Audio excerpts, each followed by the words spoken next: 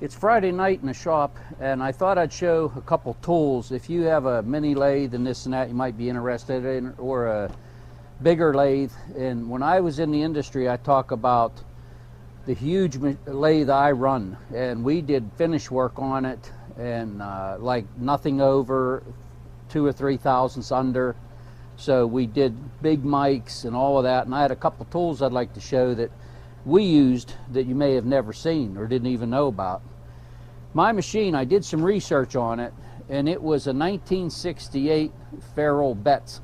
I know they had 2 of them up there. Mine was the bigger one. They had a bigger one and then one just a little bit smaller, and they come out of New York. And the motor was a 200 horsepower. The swing over the ways was 80 inches. The swing over the compound was 62 inches. And the length was 312 inches, 26 foot. And the length, 26 foot, we actually had one roll that was so long, we had to get down under the machine, and you'd take a couple Allen bolts out, and there was a stop where the machine would come up and hit it, and it wouldn't go any further. It was like a electronic thing on it that would stop it. We had to take that off so we could get that extra, I don't know, maybe foot or so over. And we always laid it right where we worked so the next guy would know it's off. Like if you took, as soon as I went to was done with the roll, if I finished it up, I would move it back, go down, put that back on. That's the first thing I did, because you never wanted to leave it off, because if you keep running it, it's going to jam stuff up, and that's a powerful machine. So the one first, you'll notice I have a double mic on. I had a subscriber on my last video was a wiper on the feed screw, and he said an Italian in Italy. He can't understand me. I ought to do my videos where I don't even talk, like some other guy he suggested I see, a blacksmith. I went and seen it, and he has subtitles, and he wrote this to me, and I'm thinking, well, you can write and read English unless he has somebody doing it for him. So if I put subtitles, they're going to be in English. And he said, because you go all over the world, I can't understand you. What about, you know, like people in China, Russia? And I'm like, well, you know, if you can read my subtitles, can't you put closed caption on? I think YouTube has them. You know, I never thought, but I emailed him back. He said about the microphone, he can only get sound out of one side, whatever he's listening on. And that is because I use one microphone. Well, this is a double one, so it might help. But I can't control that. You know, I can't, a lot of my stuff I'm talking, explaining it. Well, you can't please everybody, so you know what I mean. I was nice about it, and you know, it's just, you know, I can't change my whole format up, just, you know, show something and have a couple subtitles. So anyway, here is the first one. Is the biggest roll I think we ever turned in there was, that said it was 62 inches over the compound. Well, I know when we roughed it, it was a little bigger than that, because as you cut, it cleared it for the compound. The tool was way on the side, and I mean, it was close. So it had to be 60, 61 inches. Well, we was roughing the body. The grinder would finish it. So we got it down close, so this was good. But when they put that roll in the grinder, they didn't have a pair of mics big enough for that. I mean, this thing was huge. So you use this also as a set of mics, and it will get you within a few thousandths. What it is it's a Lofkin, I think it's a 50-foot tape, but it's a diameter tape. So you pull it out,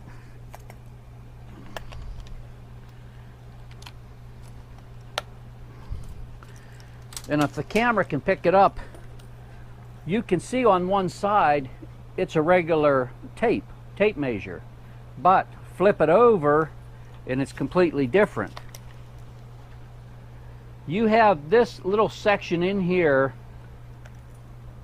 that has, each line on here is a 64th of an inch.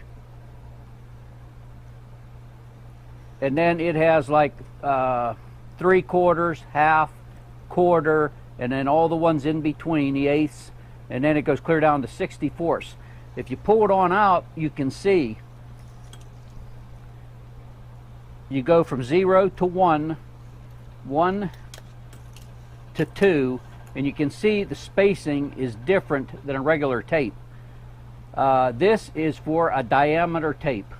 And what it is when I would have that huge body, I would put a piece of masking tape on this end of it. I would tape it to the roll. I'd hit my machine in reverse. You had a pulsating button. You'd push it and hold it. It would go clear around it. You'd get it when it would go clear around, and we're talking like 60 inches, and it would come up around the roll. Now this would be, you know, over a 60-inch roll. Then what you would do is stop it, and you would look here, and okay, this is like 10 inches, but say if it had like 58, 59, 60, whatever we're doing, if it lined up with the 0, that's exactly 10 inches.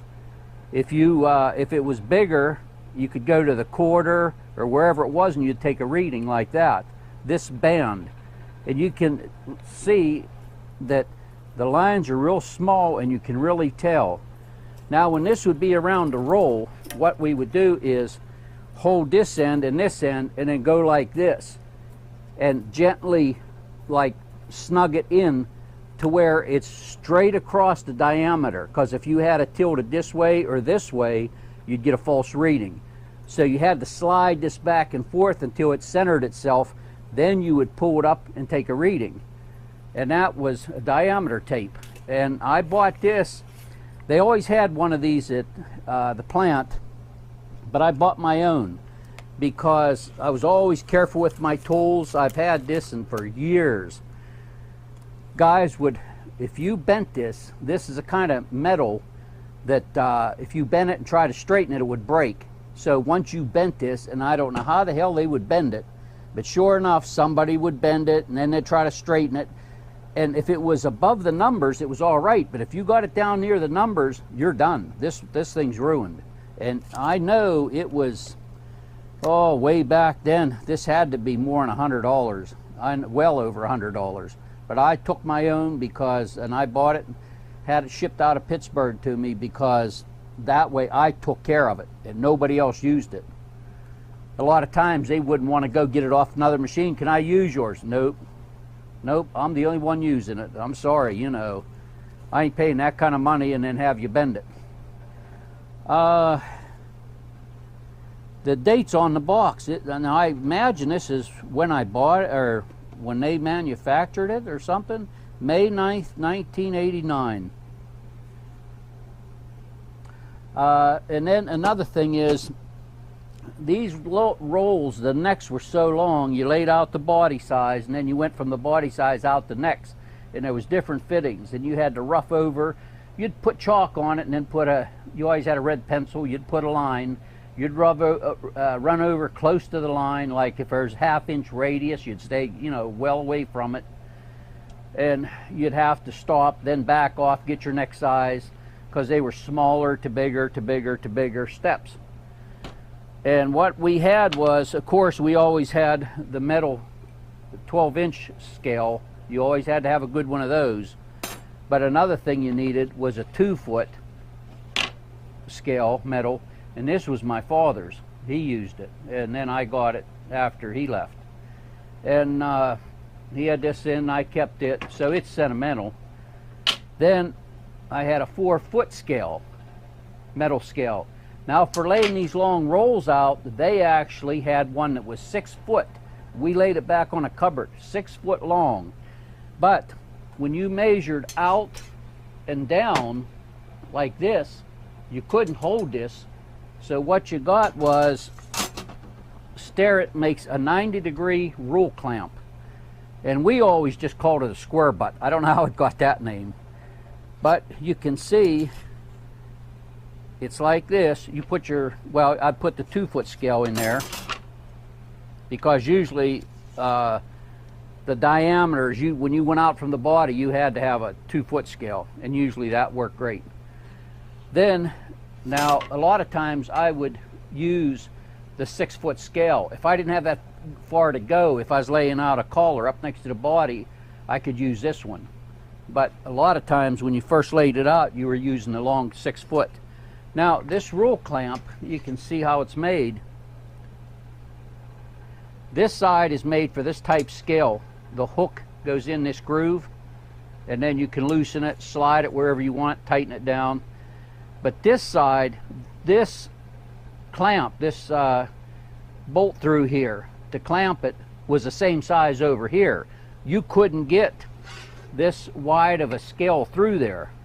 So we had a guy up there that would make these. He worked in the tool room and stuff, and he would make these.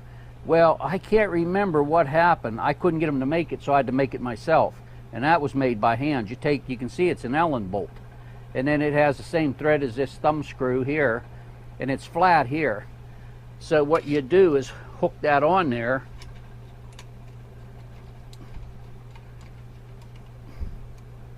Then usually what you did was when you lined it up, you look right through here, put it close to your eye, look through there, you can see a little daylight, and you'd push this down till you just got right there where it closed, lock it down. And then now I can be way over here at the body, looking at my thing, and then I can just reach over and mark it. So that's a 90-degree roll clamp that we had to have. And I mean, on them lathes, when we were roughing and stuff, you had to have this setup. So I bought, and like I said, I bought the 90-degree roll clamp. And micrometers. The company had all of them, you know, because we use big stuff. I think there was one roll that there was a small fit out towards the end for something. It was like grooved down in, and it was, I believe, around 8 inches. So we had some small stuff, all sizes. I mean, some of them were huge. And micrometers, if you want to calibrate micrometers, like if they're off, I just bought this set. I have, I think, 4 sets of 0 to 1. I needed 1 to 2, so I ordered these off of eBay, and they're Lufkin, and a great set. I checked them; they're right on, because I have an inch standard, and I have an 1.5 inch standard. A lot of this stuff was given to me. People know me, and hey, you can have it. 1.5 inches. So I checked them; they're perfect. I've had this set. I bought them years and years ago, and they are right on. They were cheap set China stuff, but I mean, a lot of China stuff's good. And I bought these a long time ago. Before I had my lathe and that, I had these. And then this set somebody gave me, and it came with the 1 inch standard, and they are so easy to read. The lettering on it and everything, beautiful set. These I use a lot because I can see them so quick. Now, somebody gave me this set, and they looked bad. I cleaned them up. I just got them out. Now, tumblers, I call them these tumblers. These can be reset. And what it is this I made for a stop on my lathe, for a carriage stop. But I have this through here that I put this tumbler in, and now I can lock it on close and then touch it and then read it. Then I can go, you know, back or forth to where I want to stop it and just bump it against that. You know, I go up close with feed, stop, then I just go over by hand and just gently bump it. But this is so better than just, if you want to, you know, a few more thousands, you can dial it in right here. The reason I showed this is because this is a Starrett tumbler. Now, if it's off, you would put this down to 0. Well, we'll say it's inside of a set of micrometers like that, like this. You turn this down until it's just touching in here. Close it up. To show, here's what I mean. These are different. I won't get into them. But I turn it down, and I have a light feel, and I just barely touch it. right there. It's on 0. Then this type of tumbler is what people use most, is if it's off the 0, you loosen this screw right in the end, you tap it with a wooden handle, like a little hammer. This will come off. This is in a tapered, there's a tapered part here, and that tightens onto it. So what you do is you tap that off, you take this, turn it back and forth, and make sure it's down against right where you want. Then you can freely turn this, line up your 0, and turn this screw back in. If you go on Mr. Pete 222, tubal cane, a lot of you watch that, and you go to tip number 418, he shows about calibrating them, and he does an excellent job on this. Well, with this one, and a lot of them are a little different. This one here is a Goodale Pratt company. I don't know, Greenfield, Massachusetts. Well, this was off, the 0. First thing, the numbers are usually right here. Where's the pair you can see? See, they're right here, so you mic and you can see it. Well, this one, these were up on top, so you had to mic it go like this and keep turning it and looking at it. Well, I looked it over, and right here is a little, like a little hole almost. It's kind of square, but it's a little hole, and that's for one of these little spanners. I got one with that set of mics, and you put it in there, in that hole. Now, you really grab it, and you can turn this part here, this stem coming out. So I lined it up there. Now when I turn this in, it's off. So this piece is not a clicker like this. You have the clicker. This is not a clicker. It's just to grab it and turn it in because it's smaller than this. You can get it in faster. So I unscrewed it, and I had this. I'll take it out to show.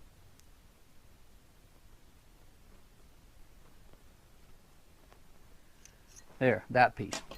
Now, if this was a Starrett, like this one, I would take a screw out, tap that off, it comes off, and like I said, it's tapered in there.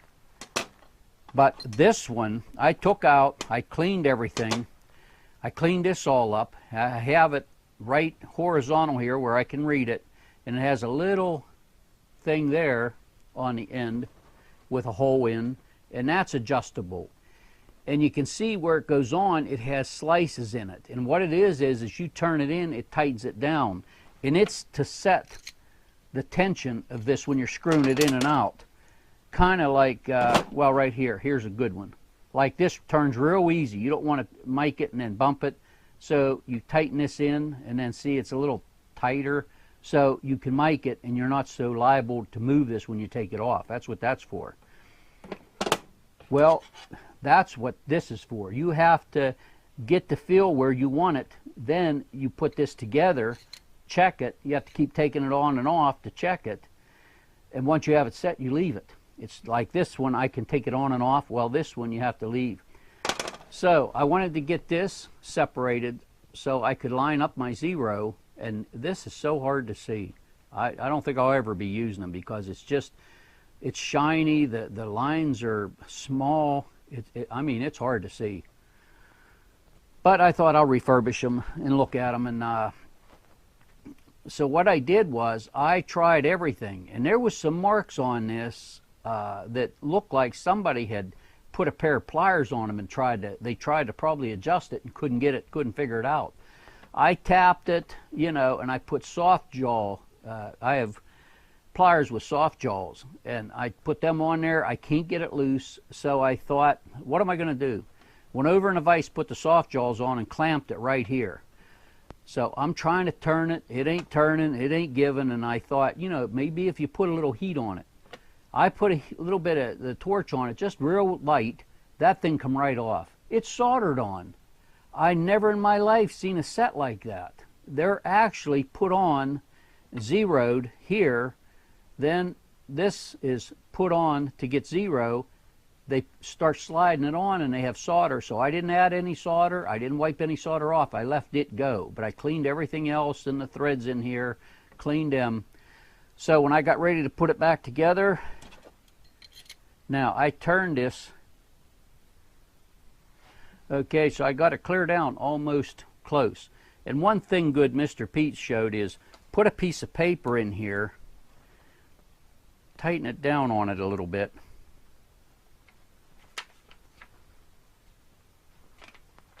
And then slide it out and you get dirt off of there. You want to clean that. That's clean in there now. So what I did was I turned this clear down till it was just touching, and I have a light feel. Then the zero wasn't lined up before, so what I did was I put this in my soft jaws. I hit this with the torch. I put it on, it wouldn't go on. I mean, it was back that far because of that solder. I heated it, then I was holding this with a pair of pliers. Once it got hot enough, it slid on, and I lined up the zero. You know, you could even go a little bit past it maybe, you know, so I put it and I really looked. I got the zero lined up with the line, left it go, let it get cold. It was set. Then I put this back in, and like I said, I have seen a lot of mics. I've never seen them where they're soldered. I couldn't believe it. I just thought the heat would help break it loose. So I got these zeroed and they're right on. This set over here was given to me. It's a set for real precise. You can see the 2 points. And I checked it. It's right on the money. These are Lufkins. And you can see the dial so plain. I love the way they have their stuff. These that I just bought, it even came, these pointy Lufkins, they even came with the little wrench. The paperwork on it, it says on it directions for adjusting. I got everything with it. And I have used them. But most times I think I am using these sets because they are, and mostly this one, because I can see. You figure I'm 68, I don't need glasses. I can see good. But still, some of these are hard to read, but this one, you can see right away. These are good. These are Lufkins too. And like I said, they came with the standard 1 inch. And when I was watching Mr. Pete, I noticed he put his mics, I couldn't believe it, in a thing like this that I had shown on another one. I didn't know they made these. But he had a short one there, and he had a knob that he could turn and tighten to hold it. And I said, somebody did have the idea. And I honestly didn't know. I'd never seen one. And here, I made one. I wouldn't have done it if I'd have knew his. And then some of the other ones I have is, these are Starrett calipers. These are beautiful. Neighbor gave me these. There was something here, and I don't know what went there. I have no idea. But these are the ones that I really, you know, like. They're smooth and nice. And then for rough stuff and that, I'll grab these. I don't want to use my good ones. I'll use these from Harbor Freight. And they work. The battery might be dead. They even give you an extra battery with it. I'll have to check it. Yeah, I think the battery's dead. Yeah, it's not coming on, so I got to change a battery in it. I'll have to make sure I take it out so it don't go bad and leak in there. Then the man that gave me this too, and it's a set for inside micing. Has a little tumbler there and all the parts. And this is kind of old. They got masking tape on it. Then I got the telescoping set, Harbor Freight. They work great for inside measurements, where you put it in, it's spring loaded. You turn the handle to lock it, bring it out, and then you can mic it to see where you're at.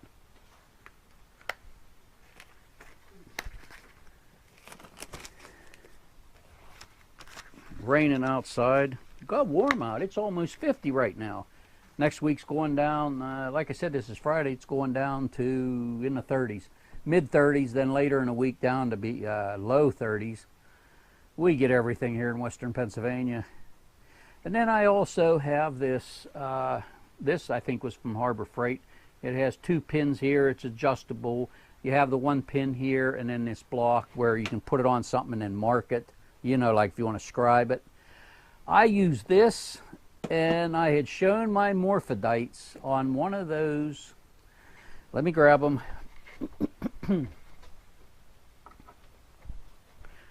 When I showed 3 pairs of these I have, and I made 2 of them into different things, and I made this set, and you can see how the end of that's notched, and that's a pair of morphidites.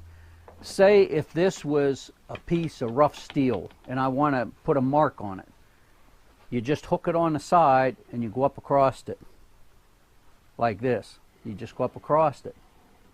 I never ever take my calipers. I see so many guys doing it, and these are probably hardened, but you'll see them take their calipers and go across. Like, I never do that. I never rub them, even the cheap ones from Harbor Freight. I was doing it with them, I quit.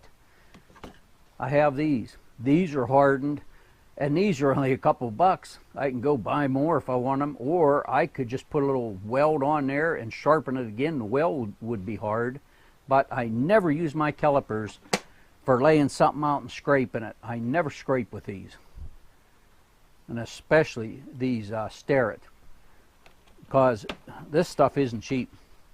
And especially if you're a lot younger, you're going to be using them for years. You want to keep them good.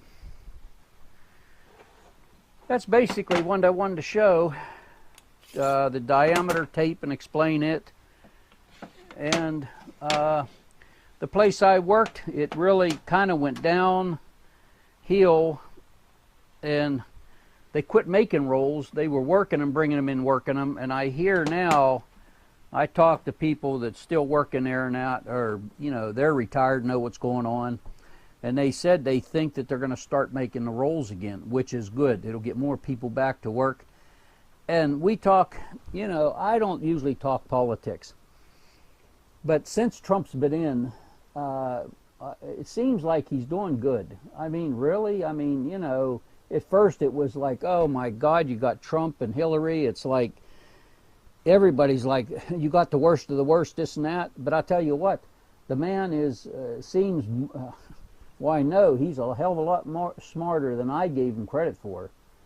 He seems like he's doing good, and I have never seen so many jobs, people wanting people, and a lot of them are paying $10 an hour. And I mean, if you're down and out and you need a job, oh man, I mean, back years ago when things went to hell, you know, there was no jobs. People were out of work, and they'd do anything. You know, they were looking for stuff. They'd go paint for people, and you know, anybody they could to keep their head above water. Well, my God, now it's like every place you go, you see help wanted, help wanted.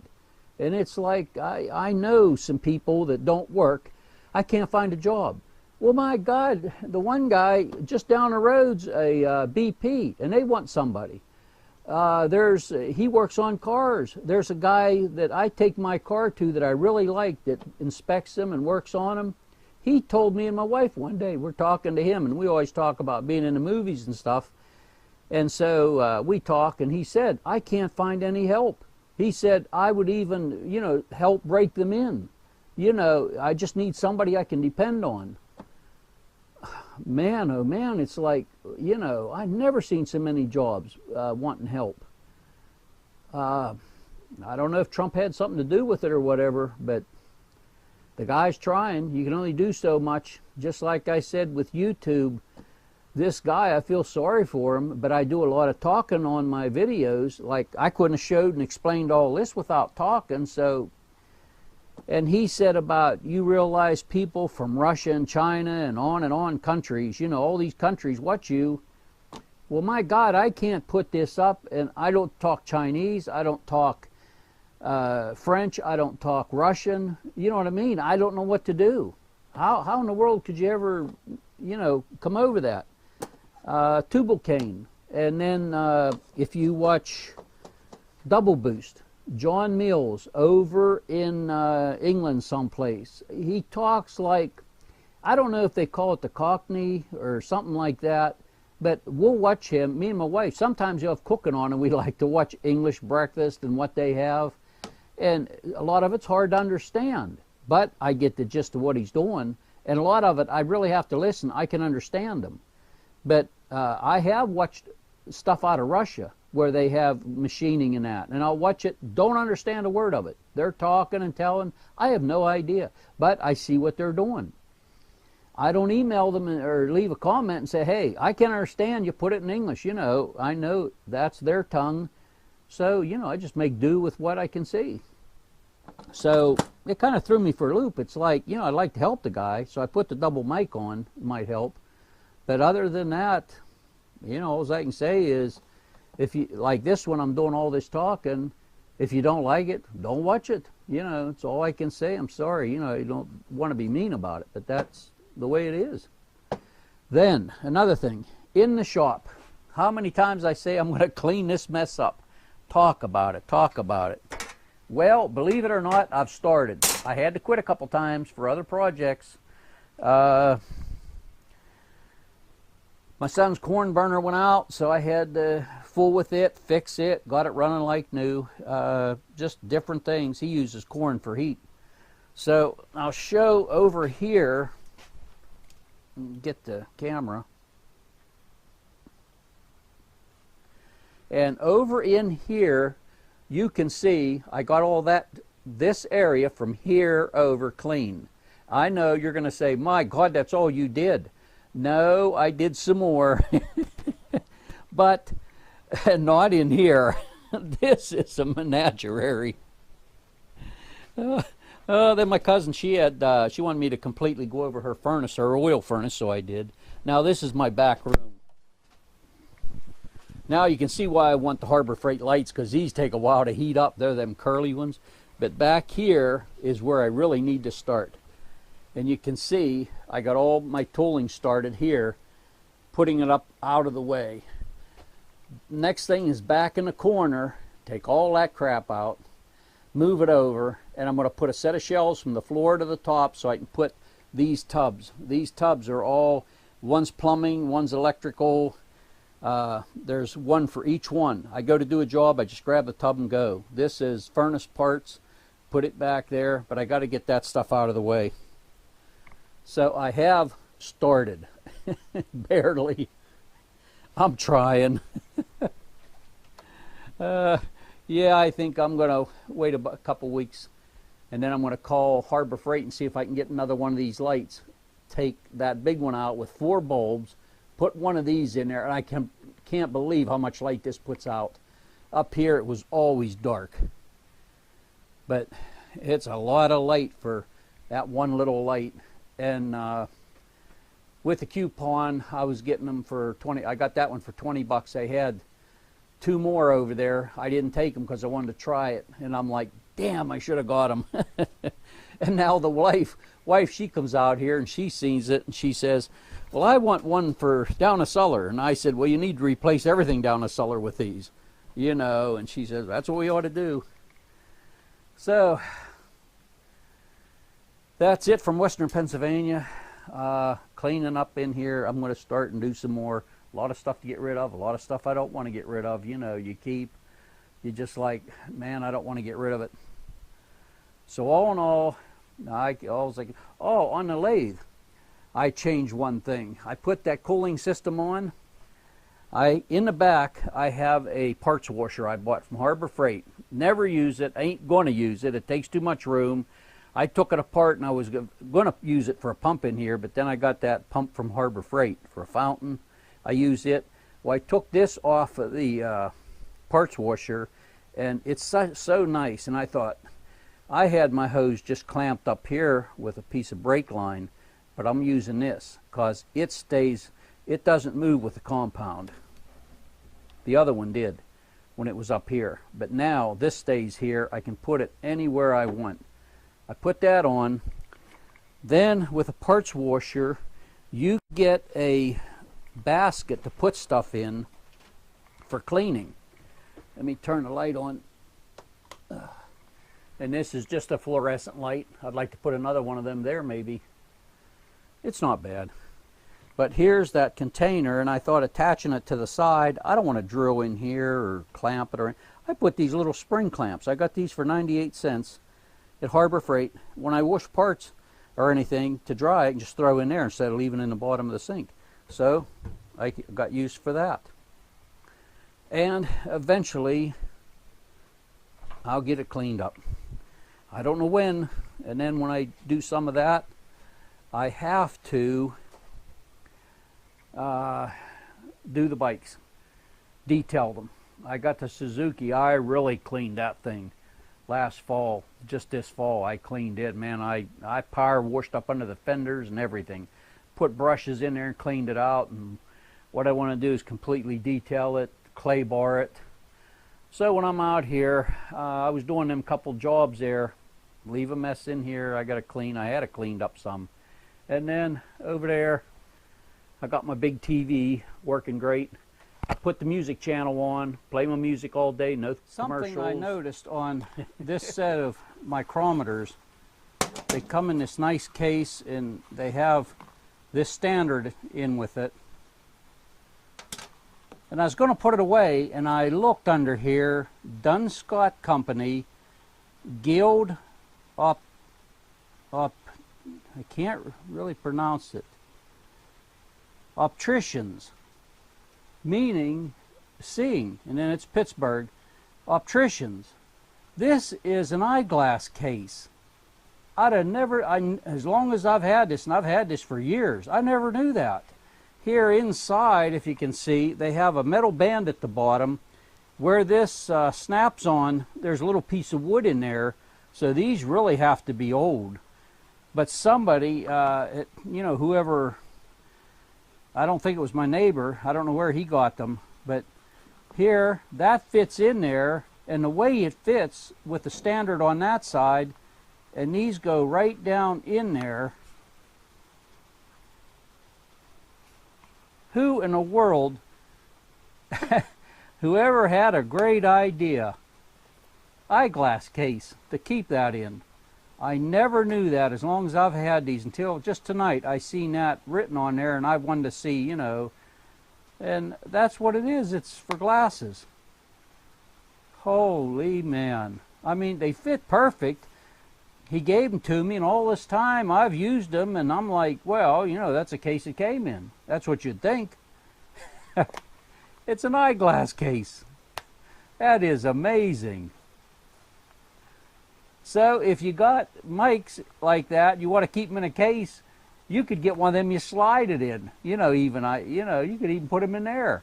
Because I have 3 up there, and I don't have any cases. Well, the ones are too big, but the 0 to 1 inch.